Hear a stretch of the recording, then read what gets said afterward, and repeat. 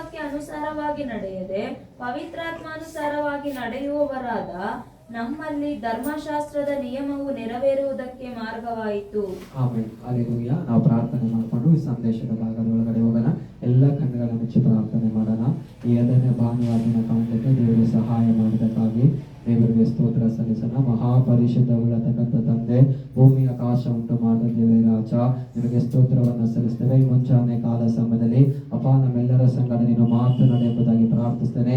ಶತ್ರುವಿನ ಎಲ್ಲ ಕರ್ತನೆ ದೇವರೇ ಅಪ್ಪ ಡಿಸ್ಟರ್ಬೆನ್ಸ್ಗಳು ಕರ್ತನೆ ಯೇಸುವಿನ ನಾಮದಲ್ಲಿ ತೆಗೆಯಲ್ಪಡಲಿ ಎಂಬುದಾಗಿ ಹೇಳುವಂತ ಎಲ್ಲ ಆತ್ಮಿಕ ಕಣ್ಣು ಕಿವಿಗಳನ್ನ ಸ್ವಾಮಿ ನೀನು ತೆರೆಯ ಮಾಡಿ ಎಂಬುದಾಗಿ ಹೃದಯದ ಕಣ್ಣುಗಳನ್ನ ದೇವರು ತೆರೆಯ ಮಾಡು ಸ್ವಾಮಿ. ಕರ್ತನೆ ಹೊಸ ವಿಷಯವನ್ನ ಕಲಿತುಕೊಳ್ಳಿಕ್ಕೆ ಆತ್ಮಿಕ ಮನುಷ್ಯರನ್ನ ದೇವರು ಬಲಪಡಿಸಿರಿ ಎಂಬುದಾಗಿ ಸ್ವಾಮಿ. ನಮ್ಮ ಒಳಗಡೆ ನೀವಿರತಕ್ಕಂಥ ಆತ್ಮಿಕ ಮನುಷ್ಯರನ್ನ ದೇವರ ಪರಿಶುದ್ಧಾತ್ಮನ ಮಾತನಾಡಿ ಬಲಪಡಿಸಿರಿ ಎಂಬುದಾಗಿ ಸ್ವಾಮಿ. ಕರ್ತನೆ ಈ ಸಂದೇಶ ಭಾಗವನ್ನು ನಿನ್ನ ಕರಗಳಿಗೆ ಒಪ್ಪಿಸಿಕೊಳ್ಳುತ್ತೇನೆ. ಹೇಳುವಂತ ಎಲ್ಲರಿಗೂ ಆಶೀರ್ವಾದಕರವಾಗಿ ಮಾರ್ಪಡಿಸು, ನೀನು ಮಾತನಾಡಿ ಎಂಬುದಾಗಿ ನಜರೇತಿನ ಯೇಸುವಿನ ನಾಮದಲ್ಲಿ ಪ್ರಾರ್ಥಿಸಿ ಬೇಡಿ ಹೊಂದಿಕೊಂಡಿದ್ದೇವೆ ತಂದೆ, ಆಮೆನ್. ಹಲ್ಲೆಲೂಯಾ.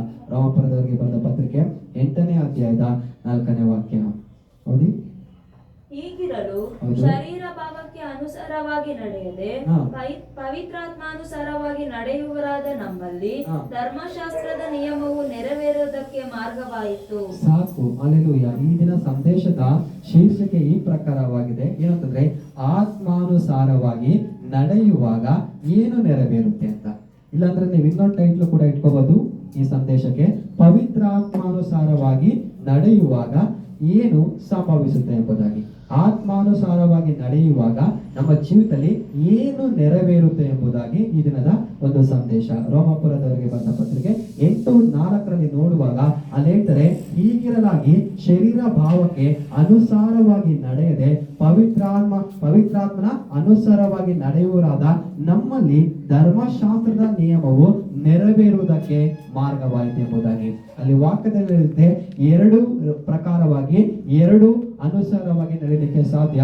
ಮೊದಲನೇದಾಗಿ ಒಬ್ಬ ಮನುಷ್ಯನು ಶರೀರ ಭಾವಕ್ಕೆ ಅನುಸಾರವಾಗಿ ನಡೀಲಿಕ್ಕೆ ಸಾಧ್ಯ, ಇಲ್ಲದೆ ಹೋದ್ರೆ ಪವಿತ್ರಾತ್ಮಾನುಸಾರವಾಗಿ ನಡೀಲಿಕ್ಕೆ ಸಾಧ್ಯ. ಯಾರೆಲ್ಲ ದೇವರು ನಂಬ್ಕೊಂಡಿರ್ತಾರೋ ಅವ್ರು ಎಲ್ಲರೂ ಏನ್ ಮಾಡ್ಬೇಕಂತೆ, ದೇವರ ಹೇಳ ಪ್ರಕಾರವಾಗಿ ಏನಂದ್ರೆ ಅವರು ಪವಿತ್ರಾತ್ಮಾನುಸಾರವಾಗಿ ನಡಿಬೇಕನ್ನೋದೇ ದೇವರ ಆಸೆ ಆಗಿದೆ ಹೊರತು ದೇವರ ಯಾವತ್ತು ಶರೀರ ಭಾವಕ್ಕೆ ಅನುಸಾರವಾಗಿ ನಡಿಲಿಕ್ಕೆ ದೇವರು ಬಿಡೋದಿಲ್ಲ. ಯಾಕಂದ್ರೆ ಶರೀರವು ಆತ್ಮವು 2 ಏನ್ ಮಾಡುತ್ತೆ, ಗಲಾತ್ಯದವರಿಗೆ ಬರೆದ ಪುಸ್ತಕದಲ್ಲಿ ಹೇಳಿದ ಪ್ರಕಾರ ಒಂದಕ್ಕೊಂದು ವಿರುದ್ಧವಾಗಿ ಹೋರಾಡುತ್ತೆ ಎಂಬುದಾಗಿ ಹೇಳ್ತದೆ. ಹಲ್ಲೆಲೂಯಾ. ಅದರಲ್ಲಿ ಶರೀರ ಗೆಲ್ಬಾರ್ದು, ಆತ್ಮನೇ ಗೆಲ್ಬೇಕೆಂಬುದಾಗಿ ಸತ್ಯವೇದ ನಮಗೆ ಕಲಿಸುತ್ತೆ. ಶರೀರ ಯಾವಾಗ ಗೆಲ್ಲುತ್ತೋ ಖಂಡಿತವಾಗಿ ಆಗ ಆತ್ಮ ಒಂದು ರೀತಿಯಲ್ಲಿ ಶರೀರ ಹೇಳಿದ ಪ್ರಕಾರ ಆತ್ಮ ನಡೀಲಿಕ್ಕೆ ಶುರು ಮಾಡುತ್ತೆ. ಅದಕ್ಕೆ ಶರೀರ ಯಾವತ್ತು ಗೆಲ್ಲಲಿಕ್ಕೆ ಹೋಗ್ಬಾರ್ದು, ಶರೀರವನ್ನ ಆತ್ಮ ಗೆಲ್ಬೇಕೆಂಬುದಾಗಿ. ಅದಕ್ಕೆ ಪೌಲ ಅವರು ಹೇಳ್ತಾರೆ ಏನಂದ್ರೆ, ನಾನು ನನ್ನ ಶರೀರವನ್ನ ಅಥವಾ ನಾನು ನನ್ನ ಮೈಯನ್ನ ಜಜ್ಜಿ ಏನ್ ಮಾಡಿದ್ದೇನೆ ಅಂತಂದ್ರೆ ಸ್ವಾಧೀನ ಪಡಿಸಿಕೊಂಡಿದ್ದೇನೆ ಎಂಬುದಾಗಿ. ರೋಮಾಪುರದವರಿಗೆ 8ನೇ ಅಧ್ಯಾಯದ 4ನೇ ವಾಕ್ಯದಲ್ಲಿ ದೇವರು ನಮಗೆ ಈ ಪ್ರಕಾರವಾಗಿ ಹೇಳ್ತಾ ಇದ್ದಾರೆ ಏನಂದ್ರೆ, ನಾವು ಪವಿತ್ರಾತ್ಮಾನುಸಾರವಾಗಿ ನಡೆಯುವಾಗ ನಮ್ಮಲ್ಲಿ ಗೆಲ್ಲುವುದು ನೆರವೇರುವುದಕ್ಕೆ ಮಾರ್ಗವಾಗ್ತದೆ ಎಂಬುದಾಗಿ ಹೇಳ್ತದೆ. ಪವಿತ್ರಾತ್ಮಾನುಸಾರವಾಗಿ ನಡೆಯುವರಾದ ನಮ್ಮಲ್ಲಿ ಧರ್ಮಶಾಸ್ತ್ರದ ನಿಯಮ ನೆರವೇರುವುದಕ್ಕೆ ಮಾರ್ಗವಾಯಿತು ಎಂಬುದಾಗಿ. ಅಂದ್ರೆ ನಾವು ಪರಿಶುದ್ಧಾತ್ಮನು ಹೇಳಿದ ಪ್ರಕಾರವಾಗಿ ಜೀವಿಸುವಾಗ ಖಂಡಿತವಾಗಿಯೂ ದೇವರು ನಮ್ಮ ಮುಖಾಂತರವಾಗಿ ಏನು ಅಂದುಕೊಂಡಿದ್ದಾರೋ ಅದನ್ನ ನೆರವೇರಿಸಲಿಕ್ಕೆ, ಅದನ್ನ ಫುಲ್ಫಿಲ್ ಮಾಡ್ಲಿಕ್ಕೆ ದೇವರು ಸಹಾಯ ಮಾಡುವಂತವರಾಗಿದ್ದಾರೆ. ದೇವರು ನಮ್ಮ ಒಳಗಡೆ ಇಟ್ಕೊಂಡು ಪರಿಶುದ್ಧಾತ್ಮ ದೇವರು ಕಾರ್ಯ ಮಾಡುವಂತವರಾಗಿದ್ದಾರೆ. ಆ ವಾಕ್ಯದ ವಿಷಯ ಏನು ಅಂತಂದ್ರೆ, ರೋಮಾಪುರ 8:4 ಪಾಪದೊಟ್ಟಿಗೆ ಒಂದು ದೊಡ್ಡ ಹೋರಾಟ ನಡೀತದೆ ಎಂಬುದಾಗಿ ಆ ವಾಕ್ಯದಲ್ಲಿ ನಾವು ತಿಳ್ಕೊಳ್ಬಹುದು. ಅದೇ ರೋಮಾಪುರದವರಿಗೆ 7ನೇ ಅಧ್ಯಾಯದ 19ನೇ ವಾಕ್ಯವನ್ನ ಓದಿ. ರೋಮಿಲ್ಕು ರಾಸಿನ ಪತ್ರಿಕಾ 7 ಅಧ್ಯಾಯ 19 ವಚನ. 7:19. ಮೆಚ್ಚುವ ಒಳ್ಳೆ ಕಾರ್ಯವನ್ನು ಮಾಡದೆ ಮೆಚ್ಚದಿರುವ ಕೆಟ್ಟ ಕಾರ್ಯವನ್ನೇ ಮಾಡುವವನಾಗಿದ್ದೇನೆ. ಮಾಡಬಾರದೆನ್ನುವ ಕೆಲಸವನ್ನು ನಾನು ಮಾಡಿದರೆ ಅದನ್ನು ಮಾಡಿದವನು ಇನ್ನು ನಾನಲ್ಲ, ನನ್ನಲ್ಲಿ ನೆಲೆಗೊಂಡಿರುವ ಪಾಪವೇ ಅದನ್ನು ಮಾಡಿತು. ಪೌಲ ಅವರು ಹೇಳ್ತಿದ್ದಾರೆ, ನಾನು ಯಾವ ಒಳ್ಳೆ ಕೆಲಸವನ್ನ ಮಾಡ್ಬೇಕಂತ ಅಂದ್ಕೊಂಡಿದ್ದೀನೋ ಅದನ್ನ ನನ್ನಿಂದ ಏನ್ ಮಾಡಕ್ ಆಗ್ತಾ ಇಲ್ಲ. ಒಳ್ಳೆ ಕಾರ್ಯವನ್ನ ನಾನು ಮೆಚ್ಚತಕ್ಕಂಥ ಒಳ್ಳೆ ಕಾರ್ಯವನ್ನ ನನ್ನಿಂದ ಮಾಡಕ್ ಆಗ್ತಾ ಇಲ್ಲ.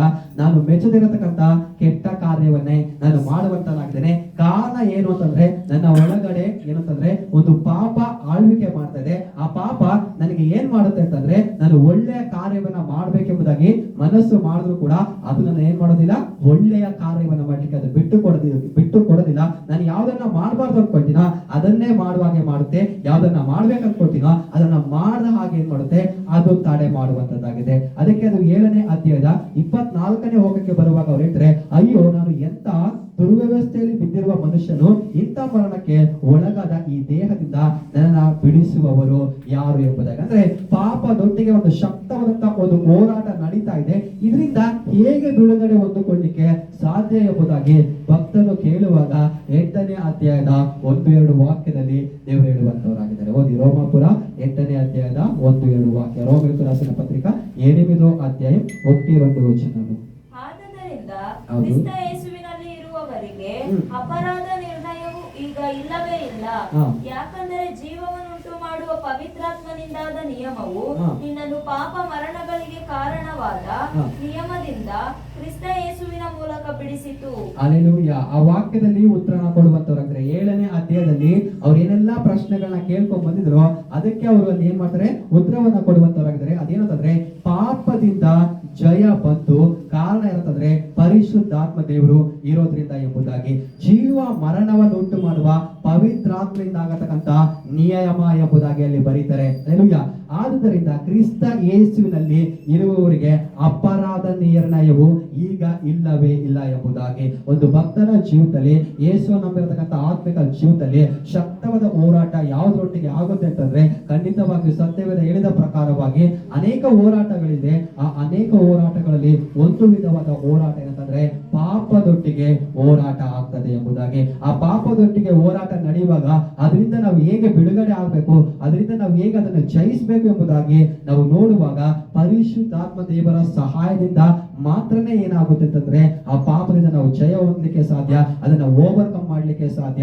ಇಲ್ಲದೆ ಹೋದ್ರೆ ಆ ಶಕ್ತವಾಗಿರತಕ್ಕಂತ ಪಾಪದ ಟೆಂಪ್ಟೇಷನ್ ಇಂದ ಏನಾಗುತ್ತೆ ಅಂದ್ರೆ ಪರಿಶುದ್ಧಾತ್ಮ ದೇವರ ಸಹಾಯ ನಮ್ಮ ಜೀವಿತಕ್ಕೆ ಸಿಗದೆ ಹೋದ್ರೆ, ನಾವು ಅದನ್ನ ಕೇಳದೆ ಹೋದ್ರೆ, ಆತನ ಬಳಿಯಲ್ಲಿ ಪ್ರಾರ್ಥನೆ ಮಾಡದೆ ಹೋದ್ರೆ, ಆತನ ಶಕ್ತಿನ ನಾವು ಹೊಂದಿಕೊಳ್ಳದೆ ಹೋದ್ರೆ ಈ ಒಂದು ಲೋಕದಲ್ಲಿ ನಾವ್ ಏನಾಗ್ತೀವಿ ಅಂತಂದ್ರೆ ಎಲ್ಲಾ ಮನುಷ್ಯರ ರೀತಿಯಲ್ಲಿ ಆಗ್ತೀವಿ. ನಾವು ಪವಿತ್ರಾತ್ಮ ಅನುಸಾರವಾಗಿ ನಡೆದನ್ನ ಬಿಟ್ಬಿಟ್ಟು ನಾವೇನ್ ಮಾಡ್ತೀವಿ ಅಂತಂದ್ರೆ ಲೋಕಾನುಸಾರವಾಗಿ ಅಥವಾ ಶರೀರ ಹೇಳೋ ಪ್ರಕಾರ ನಾವು ನಡೀಲಿಕ್ಕೆ ಪ್ರಾರಂಭ ಮಾಡ್ತೀವಿ. ಆದ್ರೆ ದೇವರ ಚಿತ್ತ ಏನಂತಂದ್ರೆ ನಾವು ಶರೀರದ ಅನುಸಾರವಾಗಿ ನಡೆಯುವಂತದ್ದಲ್ಲ, ದೇವರ ಪವಿತ್ರಾತ್ಮನು ಜೀವವನ್ನುಂಟು ಮಾಡ್ತಕ್ಕಂಥವನು, ಪಾಪ ಮರಣಗಳಿಂದ ಬಿಡುಗಡೆ ಕೊಡ್ತಕ್ಕಂಥ ಆ ಪರಿಶುದ್ಧಾತ್ಮನು ಹೇಳುವ ಪ್ರಕಾರವಾಗಿ ನಾವು ಜೀವಿಸುವಾಗ ಖಂಡಿತವಾಗಿಯೂ ಏನಾಗುತ್ತೆ ಅಂತಂದ್ರೆ ದೇವರು ನಮಗೆ ಸಹಾಯ ಮಾಡ್ತಾರೆ.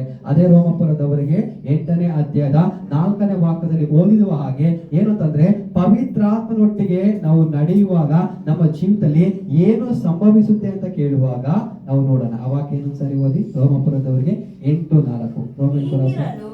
ಶರೀರ ಭಾವಕ್ಕೆ ಅನುಸಾರವಾಗಿ ನಡೆಯದೆ ಪವಿತ್ರಾತ್ಮಾನುಸಾರವಾಗಿ ನಡೆಯುವವರಾದ ನಮ್ಮಲ್ಲಿ ಧರ್ಮಶಾಸ್ತ್ರದ ನಿಯಮವು ನೆರವೇರುವುದಕ್ಕೆ ಮಾರ್ಗವಾಯಿತು.